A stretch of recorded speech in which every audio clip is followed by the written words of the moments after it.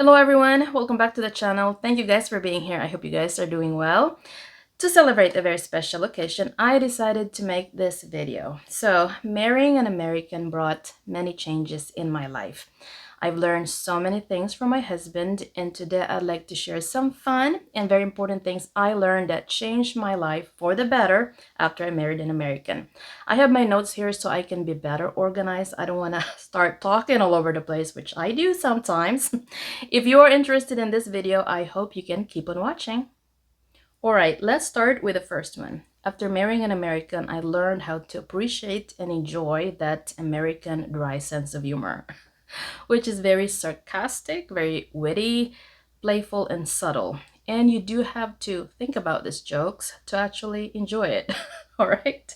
Now, growing up, I really enjoyed that slapstick type of humor. Filipinos love that because the person delivering these jokes, this humor, shows a lot of facial expressions. Now, my husband's type of humor, the American dry sense of humor, is the exact opposite of this. He's not showing any facial expression. And I think that's a part of the play. He's emotionless and he's serious about this. And I think a part of that enjoyment, at least on his end, is that I was left bewildered. And I was like, what is this supposed to mean? You know, some of this sounded offensive to me, but he's there like giggling, like enjoying this process. And I'm like, what is that supposed to mean? What did you just say? What is that? Can you explain? And so he's very nice. So he would like dissect this joke, which actually that part of it removes all the fun out of it. I mean, I can enjoy the joke now that I understood it and you have to explain it to me. And so he said, this is what it means. So I was like, oh, okay. Yeah, it's funny. And so he said, now you gotta be witty to get my jokes. And I'm like, Again, he enjoyed it when I was bewildered. Now, the more I listened to his jokes with, that type of delivery, very serious facial expression, I've gotten to really like it. And I didn't realize how how much of that I've actually acquired. Now, I worked with this friend, which is my close friend now. And the very first couple of months that we worked together, she said, you know what? And she's Cuban. So she said, your jokes sometimes are very offensive. It can be very offensive. And I said, really? Like, I didn't think so. And she's like, no. And I was like, did you not get the joke? She's like, oh, like, I don't know if sometimes you're joking, you're not. And then I realized, oh, that's how I used to react to my husband's jokes. So I started explaining my jokes to her. And just like me, she's learned to appreciate these jokes. But you don't realize it. You just start to become sarcastic. I become like that because of my husband's jokes. So I would be delivering a joke and my friend was like, are you joking? What is that supposed to mean? So yes, that's the first thing I learned. And with that, I would say the second thing I learned is that once you marry an American, of course, not all, but at least my husband is, you do learn how to grow some thick skin. Okay, in the Philippines, I'm not saying all Filipinos, but in the Philippines, we have this term called balat sibuyas, which means like onion skin. Some Filipinos, a lot probably, tend to get very sensitive. They get their feelings hurt. You say something offensive, they will dwell on that. Now, Americans are the opposite. A lot of Americans tend to be very frank and direct to the point. And my husband is that kind of person. So you can't just be offended without really understanding why he said what he said. So I'd be like sitting there and thinking, why would you say that? And he said, well, because this is it. He would explain it. And I think that's one thing that I really appreciate. Like, he would explain things to me. And that part of the process had taught me how to appreciate some of the things that he does because I need some explaining here, okay? So going back to learning how to grow some thick skin, I have learned to brush aside emotional upset in favor of simply handling the situation. And in the process, it's actually much easier to enjoy life overall. Even if something upsets me nowadays, I would just not dwell on it. I learned to grow some thick skin, be tough. All right, let's move on to the next thing I learned from my husband. After marrying my husband, I learned how to follow instructions. All right. When I say instructions, I'm talking about if I buy something new, whether that's electronic or something that needs to be put together. Just, I'm not saying all Filipinos, but Filipinos tend to just wing it. If it works, why fix it? Just if it works, it works. It's fine. We don't have to go further than that. My husband's by the book. He looks at the instructions and he would sit there. Okay, this is how you do it step by step to properly do it. Now again, I tend to be the type to just wing it. If it looks good, it's good. My husband's like, no, you gotta do it properly. One thing I learned from my American husband. And with that, I would say because of him, I learned to be prepared. And if you want to be prepared, you're gonna have to follow instructions, right? Now, Americans tend to, this is what I've noticed, okay? Americans tend to think of the future in general, and when they do, they tend to think of the worst possible scenario. And with that, my husband is the type, again, who is by the book. I learned to plan, to be systematic, and he's always got this backup plans. If A doesn't work, we have a plan B, we have a plan C. That's the type of guy he is. And I used to be kind of annoyed with this. I'm like, why can't just we be relaxed? Just calm down. Let's relax. And I've realized that a lot of my anxiety actually comes from the fact that sometimes when I do things doesn't work because I lack planning. I didn't read the instructions. I didn't do this. I didn't do that. And I realized that my husband's actually, when we are in that situation, he is able to actually relax because he already got a system, in hand. So it's okay if this one doesn't work. We can do, you know, to the plan B. So me, I'm anxious because I'm like, oh no, it doesn't work. I don't really have any plan. My husband, on the other hand, is like, it's okay. Let's calm down. We have a plan B, we have a plan C. So he may be a little stressed in the planning process, but when we are in a situation, he knows what to do. I'm the opposite. While planning, I'm just like, nah, enjoying it. But when I get to a situation, that's when I stress. But I've learned because of him that I need to have a plan. I need to follow the instructions. I need to be systematic with things. It's good to be with someone who is by the book. That's what I've learned. All right, let's move on to the next one. Speaking of being prepared, one thing that I've learned, not just from my husband, at least people I personally know here in the US, is that Americans, they're all about their Second Amendment rights, okay? And I've learned from my husband that it's actually very important to have access to that. Now, let me tell you why and how I learned this. And this is the hard way, all right? I used to think, oh, he's just an avid collector. I don't know why he needs to have a couple, If you can have one, that should be it. But this is after my son was born. He was a little baby, and it was late night, actually early morning, around 2 in the morning. And I was up, making some baby food. I used to make baby food from fresh fruits and vegetables. So I would be up steaming that, blending, doing all this work late at night while the baby's asleep. That's really the only time you get the chance to do all that. And my husband that night specifically, because he works, certain shifts, he said, I'm not feeling so well, so I'm gonna stay home today. And I thought, yeah, that's good, I get some help. All right, so he was there, watching the baby while the baby's asleep. He's, kind of resting, and I was up doing my thing. And this happened everything just happened so fast. Some guy tried to get into our house. He was in the front of our double big door, and he was a big guy. We can see him because we've got camera system in the house. We can see what he's doing. He's pushing that door. He wants to get into the house. That just went from, thinking about this still gives me like goosebumps, because it's like, these things, you don't really think about it until it happens to you, right?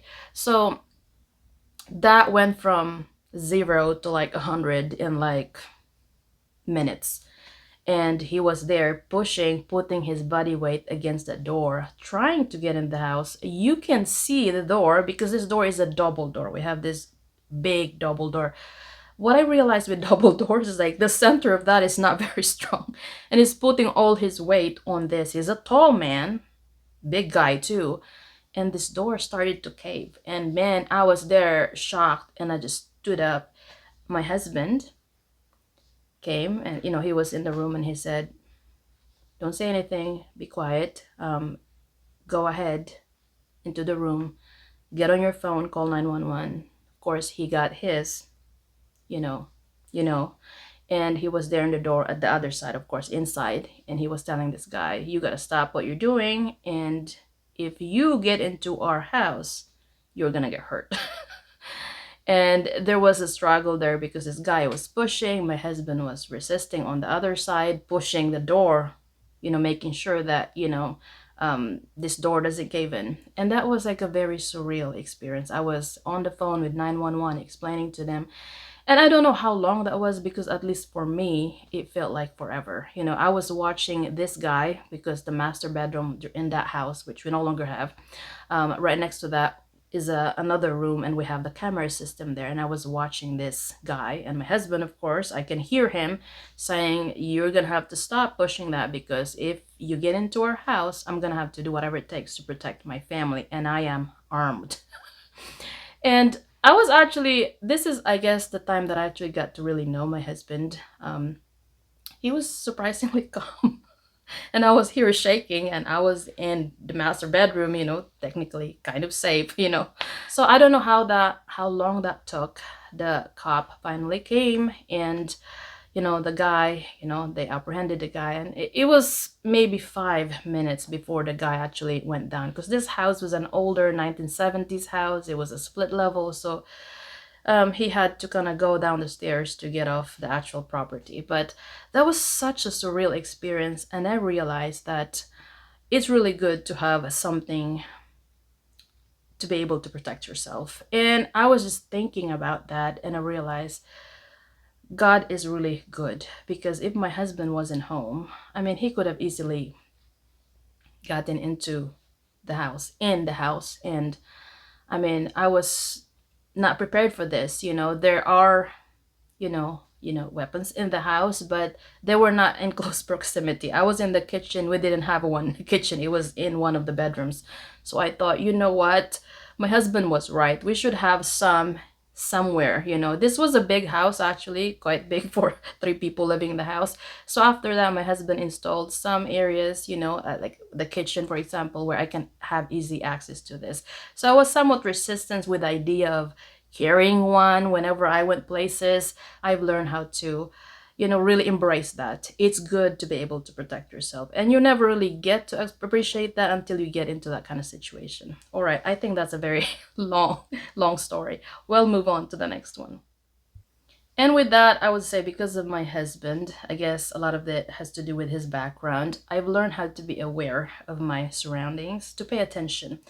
Again, growing up in the Philippines, I just never really seen bad things happen, to be very honest. Growing up in the provinces, everybody knows everybody. It's not, you rarely hear anything happen, okay? And if something happened, usually it's some stranger that, visited the town. It's local people never do stuff like that. At least that's how I grew up. So here, though, I've experienced a lot of things, and with my husband and his background, I've really learned how to pay attention. Just getting out of your car when you're like putting gas in your car, you do have to pay attention, look around, who's around me.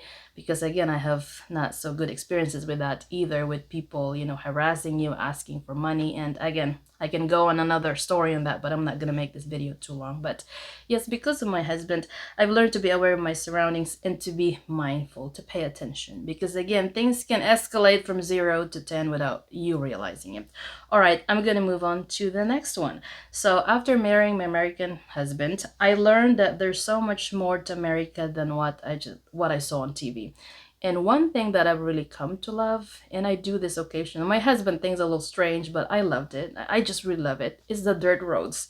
Like, I would occasionally just go for a drive. It's really nice. There's just something so calming, and just so, it almost like brings you back in time what America looks like.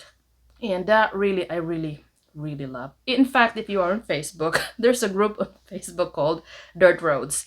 And people just would post pictures of dirt roads in their towns, their county. It's not just the US. Some of these people are from, other countries, but a lot of it is like, country side, Florida, Tennessee, North Carolina, lots of dirt roads. Really loved. Where I lived, I would occasionally go for a ride just to get relaxed. It's very calming, at least for me. It's very therapeutic. When I'm feeling a little, down, I go for a drive. And that, just the scenery, open spaces, you see the cattle, and then you roll down your window, you smell a little bit of that too. It's so nice. I just love that side of America, and didn't think that wasn't what I was expecting, but when I saw that, I thought, wow, this is the other America that I did not expect, and I love it. All right, okay, let's move on to the next one. Another thing that I learned from my husband is that I learned how to value privacy. Speaking of open spaces, now that I lived in rural America, we call that here in the country, I really learned that Americans really love their privacy. Of course, people here, most people have at least half an acre, some even have 10 acres. And the farther from the neighbor you are, the better. Now, people are friendly. Actually, some of the friendliest people I met. You go to the grocery store, they remember you. Actually, in the little town that I live in, I have not seen a lot of Asians here other than myself. I'm probably the first one. In fact, when we first moved in here years ago, when I went to this town was small and very small population. I went to the grocery store, a small grocery store, mostly white people. When I went in there, everybody started looking at me. Not in like a mean way, but they were curious. They were like, "Are you from here?" And I said, we just moved in here. So yes, people are very friendly, but they do love their space. So again, most people would like to at least have an acre, maybe two. Some like it really big lands. Some of my neighbors have like 5, 10 acres. And it's just open spaces, far away from neighbors, from the noise. Most of the noise I hear around here are cattle mooing, cows, horses. But people are friendly. They would wave at you. They would even get it if they have time. They have time. A lot of people have golf carts, so you'd see a couple of your neighbors. They would stop and talk to you. People really are. They look out for each other, but they value their privacy. That's what I've learned with Americans. All right, let's move on to the next one before I start babbling. All right, so these two are the fun ones, okay? After marrying my husband, who happens to be an American, I learned to love Mexican food. Now, I'm not sure if this is the real Mexican food. I used to work with a Mexican, very pretty girl, and she was like, no, that's not real Mexican, okay? She said, that's Tex-Mex. So again, my husband loves Mexican food. He loves them burritos, enchiladas, all the sauces, and for me, at least for the first couple of years, I thought this is so overwhelming. It gave me heartburn too. I'm not sure if that's just because it's heavy for me or just the flavor really just overwhelmed me. Now, the first time he made a guacamole, I was just like shocked, okay? And you would think, why? Well, because in the Philippines, avocados are desserts, okay? I never thought of avocado with things like onions and tomatoes and garlic. That's like unheard of. In the Philippines, we eat ripe avocados with, of course, you can't really eat it unripe. Anyway, so we eat that with lots of, we blend it with milk, condensed milk, evaporated milk, sugar. I mean, we make it sweet. It's like a fruit shake. Is that what you call it? And we blend that, and it's a dessert. It's a summer dessert. Now, when he started chopping all them condiments, and I was like, what is this? So he had the mashed avocado. He's making guacamole here. And then he started putting all this stuff, garlic, tomatoes, parsley. I was just shocked. I was like, oh, what is this? So he's like, no, you're going to really love it if you try it. It's amazing with the lime on it. And I tried it, and I was just like, no, like this is not good. And he was like, are you sure? Or are you just being picky? No, it's really not good because, again, my brain is completely boggled by this. My brain was like, no, it's supposed to be sweet. It's supposed to be a dessert. But anyways, a couple of months later, I actually loved. I've learned how to learn because it took a little bit of time, okay? I'd say almost several months before my taste buds adjusted. And once it did, I really come to really like guacamole. Actually, my husband always says, your guacamole is better than mine. I'm not sure if he's saying that because it's true or he just wants me to be the one making the guacamole.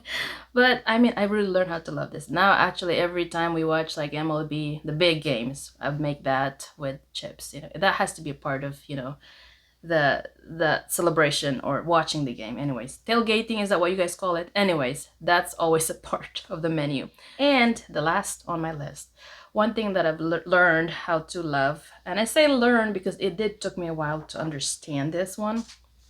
I've learned how to love baseball. Okay, you can probably see I've got some. These are my husband's, by the way. People were asking, but yes, baseball for the first year watching this because my husband watches it, and I thought, I'm confused. I don't understand what's going on. So with baseball, it actually took me quite some time to enjoy the game because I didn't understand the dynamics of the game. I didn't know the rules, what's going on. I was confused a lot of times. And what I learned is that you do have to pick a team and get to know the players of that team. You know, when you're rooting for someone, it's more enjoyable. That's what I learned.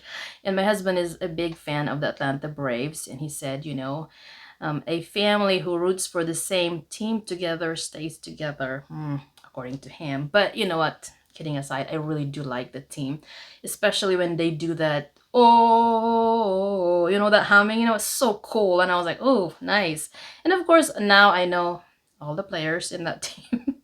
I do like Astros too. My husband, I think, do like Astros too, but he's really a big fan of Atlanta Braves. So yes, growing up in the Philippines, when I think of sports, I think of boxing because that's the sport in the Philippines. In fact, it's not really just a sport. I remember as a child, there were some barangays, some areas where if they want to settle a dispute, they do have a match. Send your eldest son and let's have a match. And once whoever wins that, settle the dispute that way. It's pretty cool.